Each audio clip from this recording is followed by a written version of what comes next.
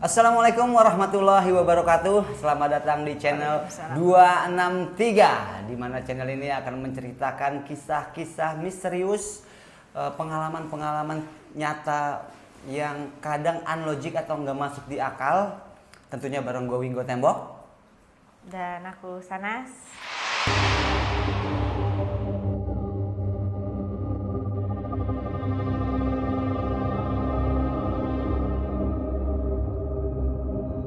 Di episode kali ini kita akan bercerita tentang kisah nyata yang dialamin oleh temennya Sanas, di mana ini bisa dibilang kategori santet. Jadi ada temennya Sanas yang dari mulai belum menikah terus sampai temennya Sanas itu menikah, terus hamil dan kandungannya hilang di usia 7 bulan ya kalau nggak salah. 7 bulan. 7 bulan bayinya hilang. Benar-benar hilang. Langsung merinding nih udah dengar ceritanya. Gimana ceritanya, dan sebelum kita lanjut ke cerita, yang mengalami kejadian tersebut pun sudah meninggal. Proses meninggalnya itu pun gue pribadi ngalamin sama Sanas. Kita berdoa dulu buat temannya Sanas yang sudah meninggal. Allahumma ighfir laha warhamha wa'afiha wa'fu anha. Semoga ditempatkan di tempat yang terbaik di sisi Allah Subhanahu wa taala. Amin. Kita langsung denger deh. Gue sih dengarnya aja udah merinding. Kejadiannya udah diceritain sama istri gue, tapi gue pengen berbagi sama teman-teman semua, sama penonton semua channel 263 ini, gimana bahayanya santet. Kadang memang nggak masuk di logika, tapi nyata. Bener gak? Bener. Benar. Coba deh diceritain ya. Kamu. Awalnya tuh Jadi kamu tuh sama teman kamu yang ini teman apa? SMA. Temen SMA. Satu kelas. Awal kenal tuh jadi di SMA ya, satu SMA. satu kelas. Terus Satu kelas. Terus udah selesai itu, waktu itu sempat kerja bareng juga kan, selama setahunan lah kerja bareng sama dia. Satu tempat. Jadi lumayan deket. dekat. Terus komunikasi tetap berjalan. Bukan lumayan deket sih, emang deket banget. Terus kamu menikah, dia belum menikah tuh. Belum. Menikah. Terus awalnya dia cerita, tuh dia bilang katanya ada yang suka. Ada yang suka manajernya dia. Oh, di kerjaan ya berarti di satu kerjaan ya? Di kerjaannya dia. Tapi sih awalnya sebenarnya dia tuh udah punya pacar. Oke. Udah punya pacar. Nah, itu manajernya dia itu dia tolak. Oh. Dia tolak. Ya. Ditolak karena dia memang udah punya pacar. Karena dia udah punya pacar dan udah planning mau nikah. Oke. Dia udah planning mau nikah gitu. Terus udah kayak gitu, ya manajernya itu nggak terima. Karena ditolak cintanya. Ternyata manajernya itu punya turunannya pegangan sendiri istilahnya gitu kan. Jadi kapan dia mau ngerjain ini temen aku, dia bisa kapan aja dia mau ngerjain. Karena memang mungkin udah cinta mati manajernya itu, akhirnya dia berniat jahat. Awalnya mungkin mau bikin hubungan almarhumah ini sama pacarnya putus. Ya, mungkin awalnya kayak gitu, niatnya kayak ya. gitu. Tapi ternyata dia cintanya kuat lah istilahnya kali ya. Ya udah, jadinya tetap nggak bisa. Tetap dia nikah. Nah, waktu pas lucunya gini nih, pas waktu dia nikah, kan kita diundang nih semua. Iya. Dari Citayam ke Parung itu kan ya paling lama sejam lah. Iya, paling lama. Kita berangkat semacet-macetnya 2 jam deh. Kita berangkat jam 8 pagi. Berangkat jam 8 pagi. Udah jam 8 pagi berangkat. Itu di jalan muter aja. Gak ketemu alamatnya sama sekali. Gak nyampe-nyampe. Kalau waktu itu kan belum ada Sherlock ya, masih kita Cari alamat manual. panduan dari undangan doang kan. Kita tanya nggak ada yang tahu. Akhirnya nyampe di lokasi itu abis Isya. Dari jam 8 pagi? Nyampe habis Isya? Iya, Isya. 9, 10, 11, 12, 13. Hampir 12 jam. Dari Citayam ke Parung doang? Muter aja di situ. Mungkin itu cuma kamu doang kali yang Enggak, ternyata pas nyampe di sana dia cerita, pas nyampe sana nangis, ini tamu undangan nggak ada yang dateng katanya sama sekali, katanya gitu. Banyak bukan WA ya waktu itu, apa BBM ya? Waktu itu BBM dia bilang katanya nggak ada yang dateng, udah pada message semua tuh katanya ini apa namanya nyasar, akhirnya pulang. berarti hampir rata-rata nyasar. Nyasar. Karena kan kamu juga kan muter-muter kan kayak kena setan saja. Nyasar. Dan ternyata bukan kamu aja, kamu pakai mobil waktu itu sama teman-teman. Iya, Kamu pakai mobil. bareng-bareng. Dan ternyata hampir rata-rata semua tamu undangan yang mau datang ke acara pernikahan dia Nyasar semua, muter, dibawa muter. Itu pertamanya nggak tahu tuh, nggak tahu kenapa, mungkin ya karena alamatnya susah kali ya, gitu kan atau mikirnya tempatnya gitu susah ya. dicari. Tahu-taunya dia itu bilang katanya makanan sampai pada basi, padahal udah diangetin. Makanan tuh semua pada basi, ini apa diangetin. namanya? Kadang nggak masuk di logika gitu ya. Kalau misalnya kejadian ini dialamin sama satu orang atau beberapa orang doang, itu ya masih masuk akal lah karena berarti dia nggak bisa nyari alamat. Tapi ini hampir rata-rata semua tamu undangan. hampir semua tamu undangan itu nggak ketemu dan akhirnya memutuskan pulang. Susah buat nyari ke lokasi pernikahan itu. Padahal memang lokasinya sulit dicari. Ternyata enggak. Nah, ternyata pas kita pulang tuh dari lokasi dia tuh di Bogor ke Citayam aku pulang cuma setengah jam. Nah. Ini wallahu a'lam bishawab ya. Kejadiannya memang ini nyata ya berarti Nyata. kamu sendiri yang ngalamin ke Nyata. tempat undangannya. Ya.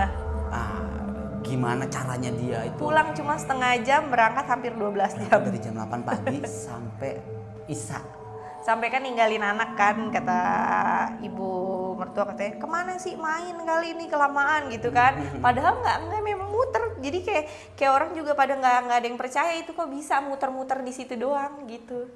Jadi memang banyak kejadian-kejadian gitu juga tuh di ya banyak cerita-cerita sampai akhirnya makanannya basi ya kan, ada juga yang Sempet juga udah gini, udah kita udah lewat maghrib, udah mau isya, akhirnya ya udahlah pulang kali ya, kita ini aja deh gitu kan. Iya. Kita tadi udah sempat mau pulang tuh.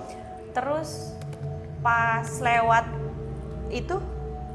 tuh kita nggak nanya sama orang sama sekali, terus ternyata langsung lihat itu ininya Janur terus sama apa namanya gang itunya jalanannya, nama jalanannya langsung kelihatan.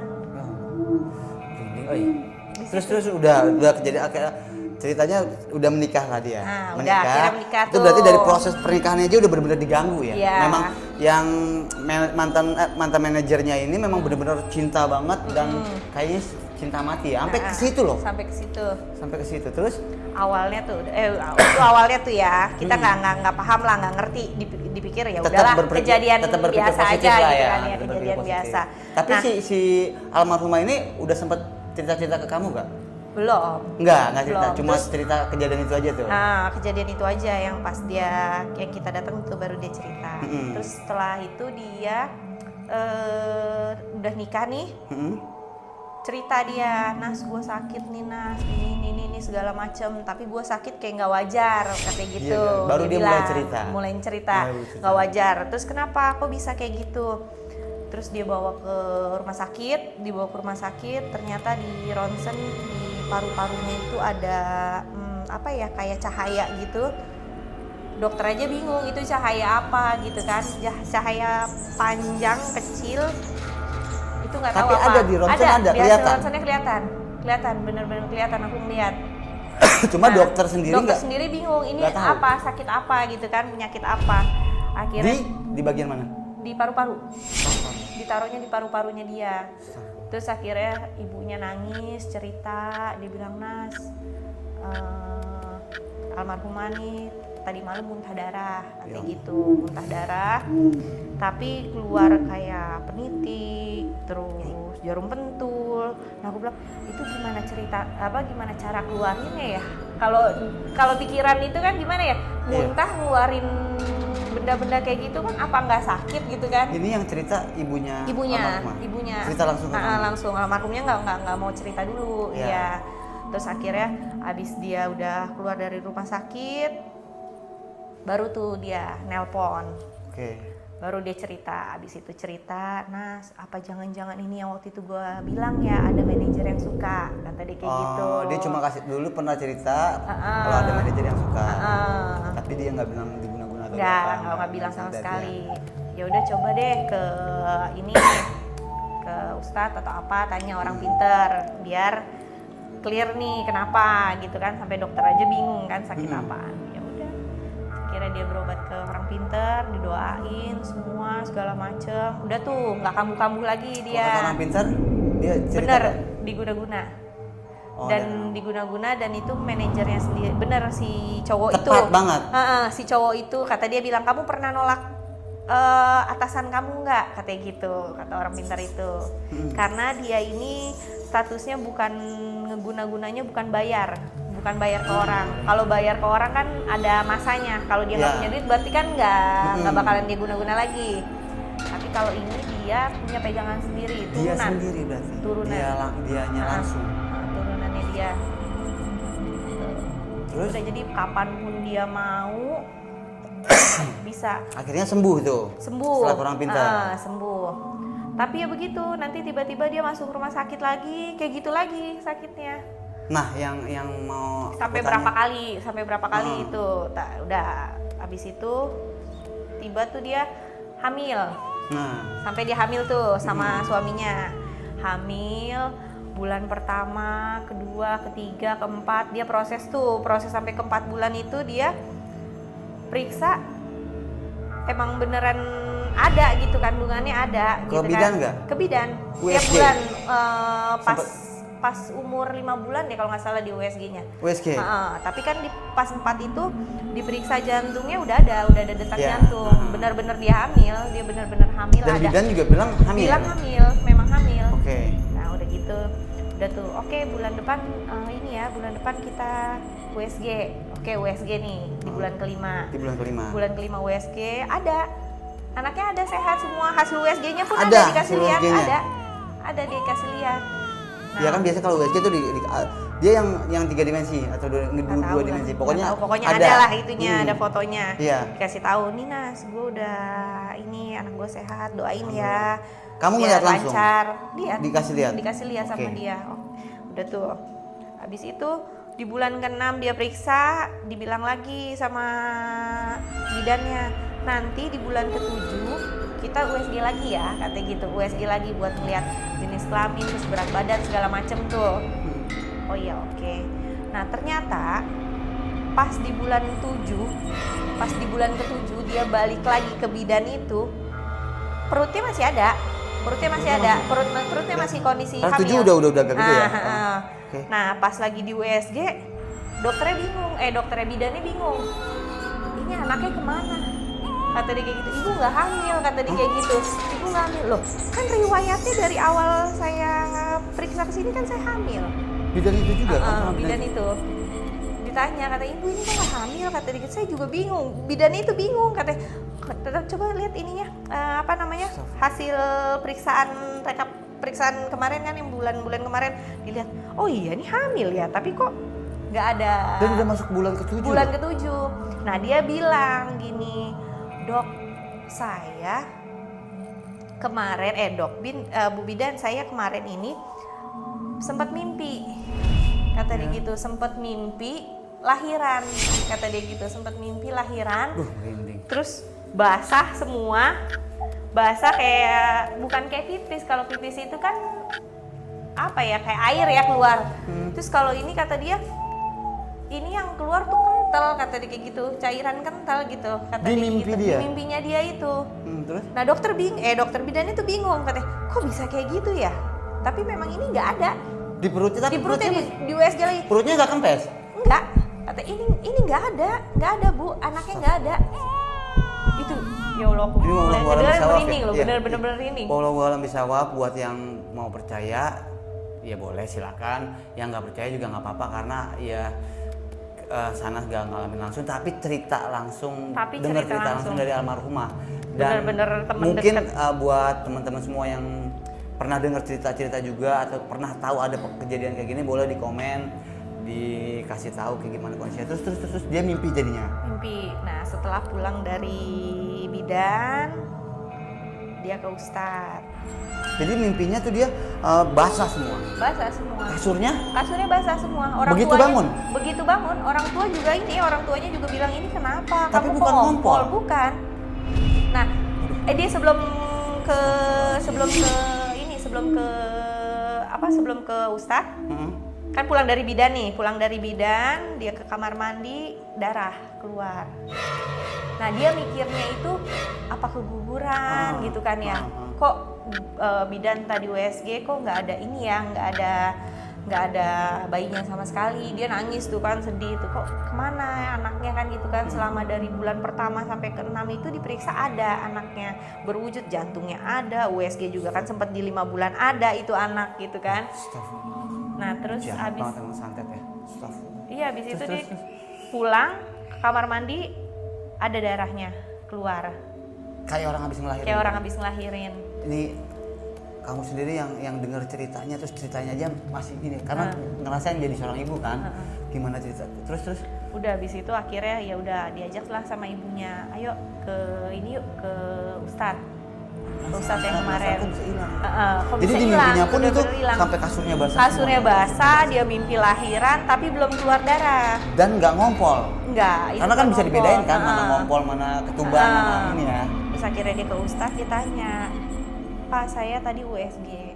Pak Ustadz tadi saya ke USG, tapi kok di USG itu anak saya nggak ada. Akhirnya dilihatin, ibu katanya anaknya ikhlasin katanya, doain, disuruh bacain surat-surat, terus udah kayak gitu katanya namain anaknya, tadi kayak gitu, namain anaknya pokoknya katanya namain laki katanya anaknya. Jadi ustadznya pun mengiyakan. Jadi anak itu diambil hilang. Ya. Ada mistisnya, tuh merinding. Iya ini merinding. Beneran, tuh masih ada merinding. Jahatnya santet tuh. Bener-bener hilang. Tadinya nggak percaya ya, tapi kejadian bener-bener di temen deket banget. Iya. Bener-bener Dan kamu kejadian. dengar langsung kan? Dengar langsung. Terus Emang diceritain dari kalau proses memang awal. teman kamu ini cerita bohong buat apa ngarang-ngarang? Ya kan nggak ada keuntungannya istilahnya. Cerita ngarang-ngarang. Emang kejadiannya dia kan. Iya. Terus akhirnya dia bilang, Dok, Pak Ustadz, saya sekarang keluar darah, kata dia kayak gitu. Iya ibu, ini nifas, bisa sampai 40 hari. Jadi ikhlasin anaknya, doain, anaknya udah diambil sama makhluk lain. Suaminya gimana? Suami dari almarhumah. Nah itu suaminya, itu ceritanya dia bilang apa ya, waktu sebelum itu memang dia agak ada ribut-ribut sama suaminya kan. Oh jadi memang sengaja dibikin gak harmonis itu rumah tangga ini. Ya Allah. Dibikin ribut-ribut sama suaminya. Terus suaminya juga kemarinnya itu tuh pokoknya berapa bulan sebelumnya tuh memang udah dibikin gak harmonis lah rumah tangganya itu. Jadi terus dia pulang dari bidan itu USG, dia cerita kan suaminya kerja, dia cerita suaminya nggak percaya, apa-apaan masa anak bisa hilang di dalam perut ini segala macam. Iya karena nggak masuk di logika. Kalau buat orang yang sekali nggak percaya nggak mungkin percaya. Nah, itu benar logika dan catatannya ada kan riwayat. Kalau namanya orang pernah melahirkan itu dia kalau ke bidan tuh semua ada satu riwayat ya kan di luar dicatat. Itu bidan aja bingung. Akhirnya kok bisa gitu. Anaknya hilang. Hitungannya meninggal ya. Iya hilang gitu aja. Jadi yang dibilang sama ustadznya, jadi yang kemarin kamu keluar cairan itu air ketubannya digituin. Dan memang ada itunya di kasur kan? Iya ada. Kalau di mimpi ada basahnya. Ada basah semua di kasur, di kasurnya basah. Terus sekarang dia nifas juga kan. Gitu. Ya Allah, mudah-mudahan kita semua terhindar ya dari satu-satu gitu ya. Iya, terus nah ini akhirnya setelah beberapa lama almarhumah meninggal. Nah ini ada kejadian juga yang seru terakhir nih, dan gue pun ngalamin, kita ngalamin ya. Tapi dia setelah ini nih masih sebenarnya setelah dia anaknya hilang ini di dalam perut, itu dia masih dibikin sama orang ini, masih dibikin bener-bener sampai payah, sampai drop terus. Oh jadi akhirnya sampai sakit terus? Sakit terus, dibikin keluar masuk rumah sakit lah dia. Iya, iya. Sampai dokter aja bingung, dibawa sampai ke rumah sakit jantung, rumah sakit biasa, rumah sakit pusat, itu segala macam dokternya bingung sakitnya apa. Tapi ya itu sering napasnya sesek, dia nggak kuat. Yang ada cahaya itu, ngaruh lagi dia. Tapi nanti cahayanya itu beda-beda, nggak di paru-paru doang. Nanti ada banyak, nanti ada cuma satu doang. Tapi lokasinya nggak cuma di paru-paru, nanti kadang di jantung, pokoknya berubah tempatnya. Dan kejadian ini kenapa kamu tahu banget, karena memang dia setiap rumah sakit minta darah sama kita juga, ya kan? Jadi memang tahu persis curhatnya ke kita ya, ke kamu ya. Terus. Iya, sampai dia terakhir tuh ke rumah sakit. Emang setiap dia ke rumah sakit, hampir setiap dia ke rumah sakit aku jengukin. Hampir itu setiap masuk pasti aku jengukin, nggak pernah. Ya pokoknya kalau itu gini cerita, Nas gue pengen ini deh, pengen ini, boleh nggak ke rumah sakit temenin gue gitu. Kadang-kadang dia kan kayak gitu kan, temenin gue boleh nggak? Oh yaudah ya, kita temenin. Nah terus akhirnya kejadian pas hari meninggalnya nih. Nah itu juga seru juga tuh. Itu kita ngalamin langsung. Itu percaya nggak percaya? Ini bener-bener, kalau ini memang gue ngalamin. Itu percaya nggak percaya? Kita berdua ngalamin. Jadi 1 hari sebelum meninggal ya? Lebih. Sebelum ini kan, sebelum meninggal. 3 hari lebihan deh. 3 hari lebihan itu di rumah bau banget bangke. Di kamar doang tapi. Di kamar doang. Di kamar kita doang. 3 hari lebih. Kita sampai pindahin kasur ke ruang tamu kan. Ya, tapi di tempat lain enggak. Terus kalau misalnya ada bangke-bangke tikus atau bangke kucing, itu kan pasti ada belatung-belatung yang jatuh kan kalau kita lihat. Itu kita cari ke atas lemari, kan enggak ada. Cari ke atas, ke plafon enggak ada. Karena emang baunya parah banget. Cuma di kamar doang. Di tempat lain di luar tuh nggak ada. Benar. Itu merinding banget itu. Itu 3 hari lebih. Nggak taunya 3 hari lebih. Jadi memang ternyata 3 hari lebih itu tuh bener-bener bau bangke. Bangkainya bener-bener lebih bangke dari tikus. Bau bangke tikus bener-bener bau banget. Dan kita cari nggak ada. Ya kan kita cari pokoknya ke lemari, ke atap nggak ada. Nggak ada sama sekali. Belatung pun nggak ada. Kita dengar meninggal. Tapi memang dibilang sih sebelum itu dia ngomong, orang tuanya ngomong kan, minta doain ya katanya gitu. Soalnya almarhumah jantungnya payah. Jantungnya payah. Kita nggak mikir lagi ke situ tuh, nggak mikir sama sekali, nggak mikir bener-bener nggak mikir sama sekali bau bangke ini ke dia gitu, nggak ya. Sampai 3 hari lebih itu ampun. Kata orang Peter, ya karena memang dia dekat sama almarhumah, katanya selama bau bangke itu dia tidur di situ di kamar itu. Katanya iya, katanya karena saking dekat katanya.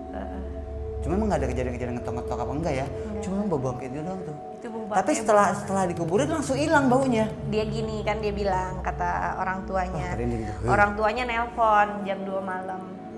Nas, tolong doain ya katanya. Ini benar-benar sekarat. Itu aku benar-benar nangis. Iya tante, di sini didoain. Iya tolong ya, mumpung masih jam segini tolong bantu doain biar bisa ngelewatin masa kritisnya gitu kan. Nanti kalau ada apa-apa atau udah balik lagi normal, telepon ya, aku bilang kayak gitu kan. Telepon tuh sebelum subuh. Iya. Ya kan, telepon lagi tuh sebelum subuh. Nggak mikir sama sekali, alhamdulillah berarti nih dia udah ngelewatin masa kritis nih, karena emang dari kemarin kan kayak gitu kan. Prosesnya jatuh bangun itunya, proses kritis sembuh alhamdulillah gitu kayak ya. gitu-gitu terus kan, sampai dia bener-bener payah, bener-bener nggak bisa ngapa-ngapain. Di rumah pun juga dia udah ke kamar mandi aja ngesot semua segala macam, udah dibikin sampai bener-bener lumpuh. Dan itu ya kejadian yang gue alamin langsung. Udah habis itu deh. Pokoknya, dan anehnya ketika selesai dikuburin, bau bangkainya hilang. Kita pulang bau bangkainya hilang. Tapi wallahu a'lam bishawab, itu kejadian yang kita alami ya. Sekali lagi. Dia bilang emang katanya kan jam ya habis dikabarin meninggal, akhirnya kita langsung ke sana kan, langsung ke langsung ke rumahnya dia kan. Habis ke rumahnya dia udah langsung dia bilang, Nas, tahu nggak Nas, almarhum katanya udah berapa hari ini kritis, ngabarin mulu kata dia kayak gitu. Pokoknya ngomong terus, mau ke rumah Sanas, katanya mau ke rumah Sanas, mau nginep, mau tidur katanya sama Sanas, mau meluk, mau cerita segala macem gitu kan ya. Iya, kok pengen nangis. Udah gitu udah dibilang katanya pengen tidur, bener-bener pengen tidur, pengen meluk, katanya kangen, kata dia gitu, bener-bener kata dia kangen. Totonya pas itu dibilang, tante maaf ya, aku bilang kayak gitu. 3 hari ini, bener-bener 3 hari ini tuh di rumah aku nyium bau bangke, bener-bener bau banget. Aku bilang kayak gitu, bau banget. Tapi dicari nggak ada Dan sama cuma di kamar sekali. aja. Dan Cuma di kamar aja kata dia kayak gitu. Itu bener-bener cuma di kamar aja, baunya bener-bener bau banget kataku gitu kan ya. Mungkin dia ke rumah kali kata dia gitu. Orang di bener-bener dia bilang katanya pengen meluk sana, katanya kayak gitu. Pengen tidur, bener-bener tidur mau cerita semuanya kata dia kayak gitu. Itu aku bener-bener wow, Masya Allah.